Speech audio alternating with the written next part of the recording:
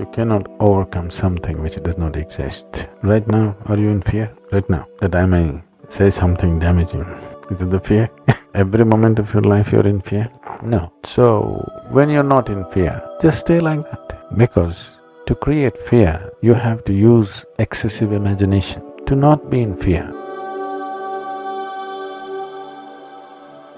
you don't have to do anything.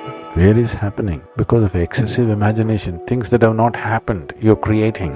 What may happen in your mind happens in 1,000 different formats, and most probably it never happens. The things that you feared, take 100 things that you have feared, probably 99 of them never happened, isn't it? So your fear is always about that which does not exist.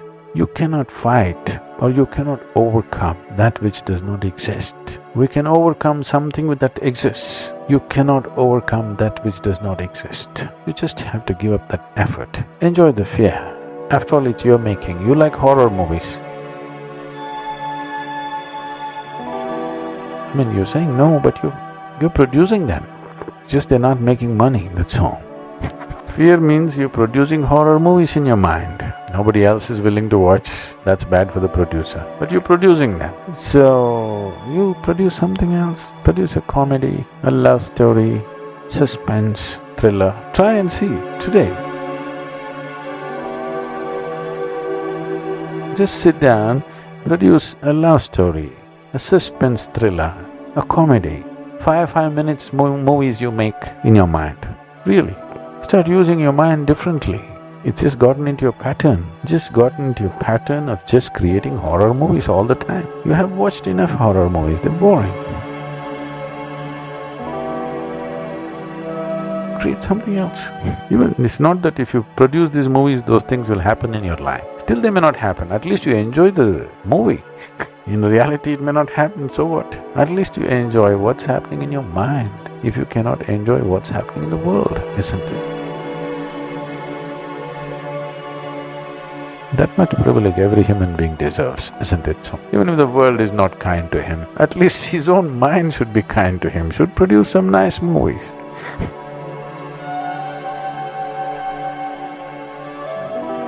If you try to control the variety of situations that may pop up in your face tomorrow morning, all that'll happen is you will become a very limited life. You would step out into the world and do whatever that needs to be done only if you have an assurance, no matter what you walk into, you will not lose yourself. You will walk full stride, otherwise you'll only be a half a step. Most human beings are half steps because the fear of suffering. If this happens, what will happen to me? If that happens, what will happen to me? If you're well managed within yourself, you know how to manage your thought, you know how to manage your emotion, you know how to manage your body, your chemistry, your energy. If you know how to manage all this, what does it matter if you walk into hell, I'm asking? If you are well managed, if you are a heaven within you, what does it matter where you go? Hell also will be an interesting place to go. But if you are ill-managed, then you want to be in a nice place all the time. You will not step out into anything. I'm not saying this is wrong, this is against nature, because in nature,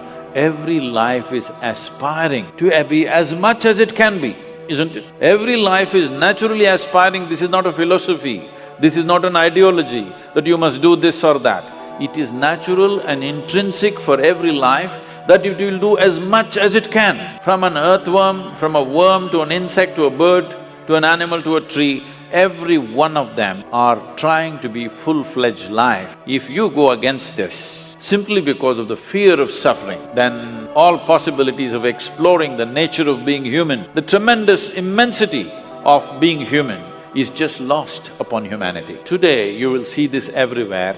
When people say, I am only human, they are talking about the limitations of being human. They are not talking about the possibilities of being human, isn't it?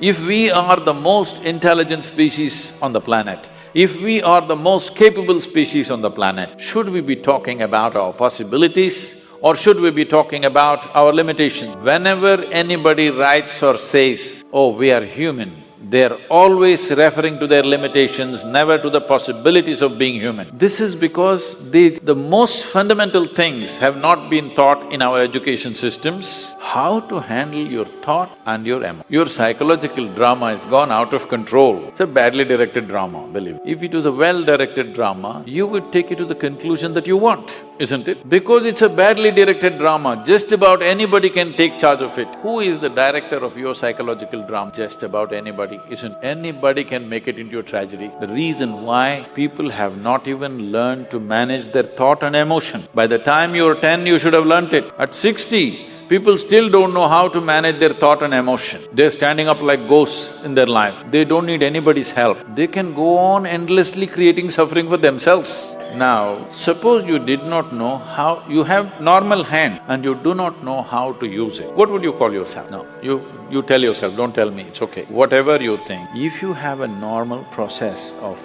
mental faculty and you do not know how to use it, it means the same thing, yes or no? Does it mean the same thing or no? You don't have a normal hand, then you can't use it, that's different. We will look at you compassionately. But you have a normal hand and you don't know how to use it. Whatever word you use to call yourself, don't tell me. But the same thing goes if you don't know how to use your thought and emotion towards your well-being, isn't it? Because ill-managed, because the fundamentals of life are not grasped. What is the nature of my existence? If you don't know, how do you manage it? Only if you grasp the nature of something, then you learn to manage it, isn't it? You don't even see what it is, how to manage it? There is no way to manage. So the first and foremost thing, that's why, is called realization. You must understand this. In this country, in this culture, we never refer to any kind of spiritual realization as an attainment. We only said it is a realization. Realization means you simply saw what is already there. You did not invent anything. You did not climb the top of a mountain. You are beginning to see everything just the way it is. But that has become such a rarity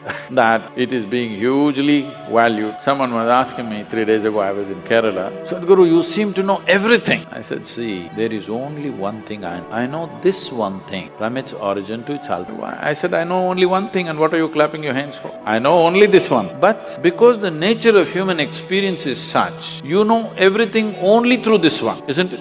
Getting rid of fear. Step 1. Learn more about your fear. This first step can be the hardest one, but it's also absolutely necessary. You can't overcome a fear that remains hidden in the dusty regions of your subconscious. You must face it. When you turn your face toward a person, you see that person and learn what he looks like and how he is acting. When you turn toward your fear rather than away from it, you notice things about your fear that you didn't know before. This awareness helps you overcome to help yourself face your fears and anxiety. Try keeping a journal over a period of 2 or 3 weeks. Record any patterns you notice. Do your hands turn clammy and your stomach clenches when you hear the doorbell? Do you experience more symptoms of anxiety in the morning or the evening? What do you tend to do when your fears arise? Jot down anything that seems significant. Transferring your fear patterns and symptoms into writing can help demystify them. They are no longer so big and insurmountable. Use your imagination in positive ways. An imagination is a wonderful thing. It gives you power, creativity, and the ability to think outside the box. Unfortunately, an active imagination can be a harmful tool when it causes you to think about negative things. Your imagination can magnify your fears, making your situation seem much worse than it actually is.